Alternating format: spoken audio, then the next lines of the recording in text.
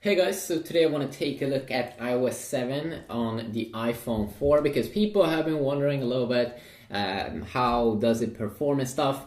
And of course, this is an early release also from Apple, so of course it will get updated, probably better speeds and stuff. But then we shouldn't forget that the iPhone is getting old. Or the iPhone 4, it came out like 2010. That's a 3-year-old phone, and now with technology, a lot of things is changing pretty quick. But this is the new UI. If you haven't seen it before, Apple have really changed a lot of things. The first thing that you will probably notice pretty quick here is that all of the icons and everything is changed to more like a cartoonish look. If you would ask me, do I like it? Well, I definitely do like the color effect. At first, I was like, do I really like this? But then when I started to think about it, I was, well, okay. I assume this is okay. You can see here also at the bottom that just for this specific iOS 7 release, we don't have any cool background behind these 4 icons at the bottom. I'm really not sure why, because it do look pretty good on the iPhone 5. One thing also that you can notice that's pretty interesting is that Apple have removed now, so if you swipe to the left, you don't get any search option to search for different apps and stuff. Now you just have to swipe down like that, and you can see that that's the animation that you do get, and it's probably a better update. You can probably do that on all of the pages. Yes, you can, not just before. If you had a lot of pages, you had to go all the way to this side. So I assume that's a better way to do it. But you can see it's a little bit laggy there because they do bring some new animations here, and the iPhone 4 doesn't have the best specs. You can also see here that the keyboard is a little bit different here. You still have that clicking sound, but the font and everything seems to be changed. So when you search for something right now, you can see that you get this kind of list with applications. Still don't have any widget options here. Of course, you don't have any widgets that you can have on this page. It's still the same. Also, what we can check out here is that the lock screen, as I showed you in the beginning, you can see the clock. You have a quick access to the camera. And all of the apps also seem, the default apps seems to have been updated. So you can see here that this, let's see, oops. So the camera app probably is a little bit better with a square option, HDR, video mode, photo, and also the video mode, use quickly swipe. And you can see that it's not the best speed at the moment, but of course that probably will get updated. And then you can also see the new animations when you go in and out of apps. It's a little bit slow on the iPhone 4, of course, because the phone is getting old, but it still runs, at least iOS 7, that it runs on this older device. That's something that is definitely pretty nice. Also, what we can see here is that on the lock screen, if you want to launch the phone, you don't have that swiping thing anymore at the bottom. You just have one swipe here to the left side, and then you quickly will launch the apps. You can also see here when I load up the screen like this, that you get kind of like a gradient, or it doesn't load up fully immediately, but it has a cool like fade away effect, I'm pretty sure. And then of course also we do have finding some toggles here inside on the lock screen, toggles for the quickly enable and disable stuff like Wi-Fi, airplane mode, Bluetooth, sleep mode, kind of screen rotation mode, and then also a brightness slider here, which is pretty nice. If you play music with Spotify or the default music app, then of course you'll be able to here change the sound volume, and then also play and pause, change to the next track. You also have some quick access here to some things at the bottom, like a flashlight, a compass, actually, the calculator, and the camera. So a quick little cool thing over there. Finally, some quick toggles. And also now, if we take a look here, if we swipe down, you can see here that when we swipe down from the notification center here, you can customize this a little bit. You can see here that they focus a lot on having the calendar here, and then some stocks Not really sure why they always have the stocks over here. But focusing a lot here on the calendar, on what you should do today, you just one swipe down. You can probably also see all the notifications here and miss stuff.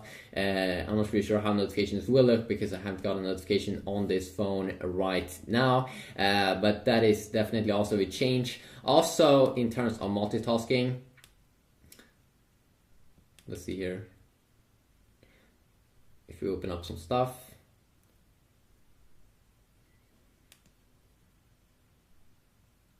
so multitasking is also a little bit different here. Let's see.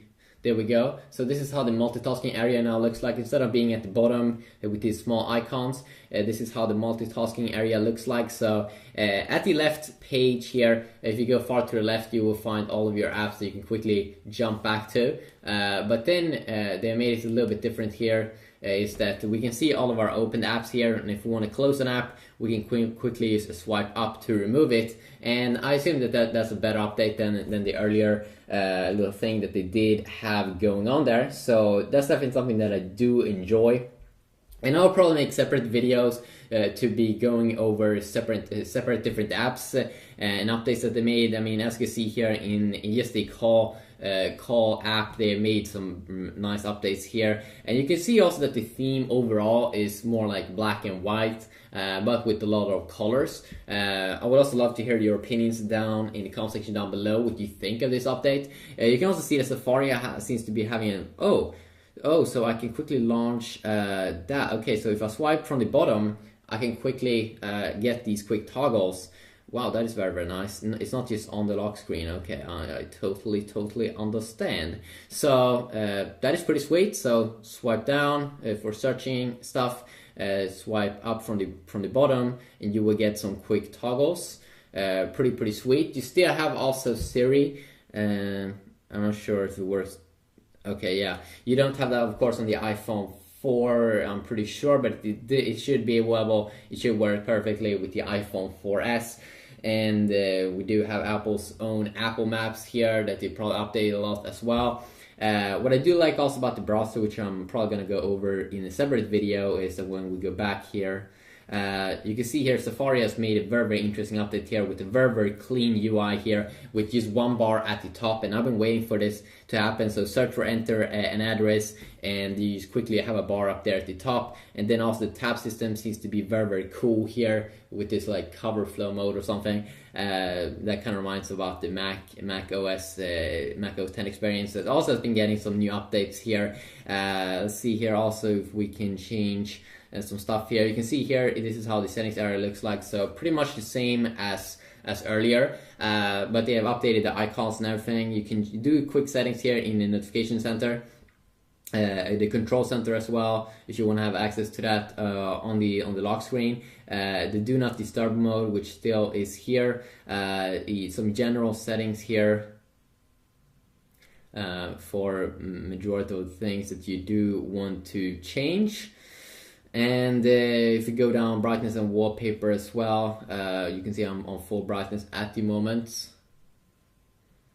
And right now it doesn't seem like I can pick wallpapers here, or that they have any cool default ones. I'm not quite sure why they didn't have that, because it did work perfectly in my iPhone 5. Let's see here, you can see this is how it looks like when you connect to a network. I'm connected to my home network, of course. So I might have made some stuff in this video with this new update, but of course I'll be going over the various different apps and the updates of them. You can also see here when we go into the app here, yes, it's empty photos, and Apple has been working a little bit more on bringing stuff out with the cloud, with like iCloud and stuff. So of course you will be able to sync all of your media and stuff easily across your Mac devices. You can also see the music app here, pretty quick opening up. So to sum it up, I mean, it's definitely not as smooth here as on the iPhone 5. I mean, definitely slowish. It'll probably become a little bit better in the future, but then we shouldn't forget that this is a very old device, the iPhone 4. Really old, and still that you can run this latest update. It's pretty nice. But yeah, quickly look here. Let's see also what happens when we hold in the power button. Okay, so this is the new UI here, which looks pretty cool, or I'm not really sure. Yeah, maybe slightly power off or console. So what do you think about this update? Do you think it's an amazing update? Do you want to update? It's probably gonna come out here in the upcoming months, and we will be.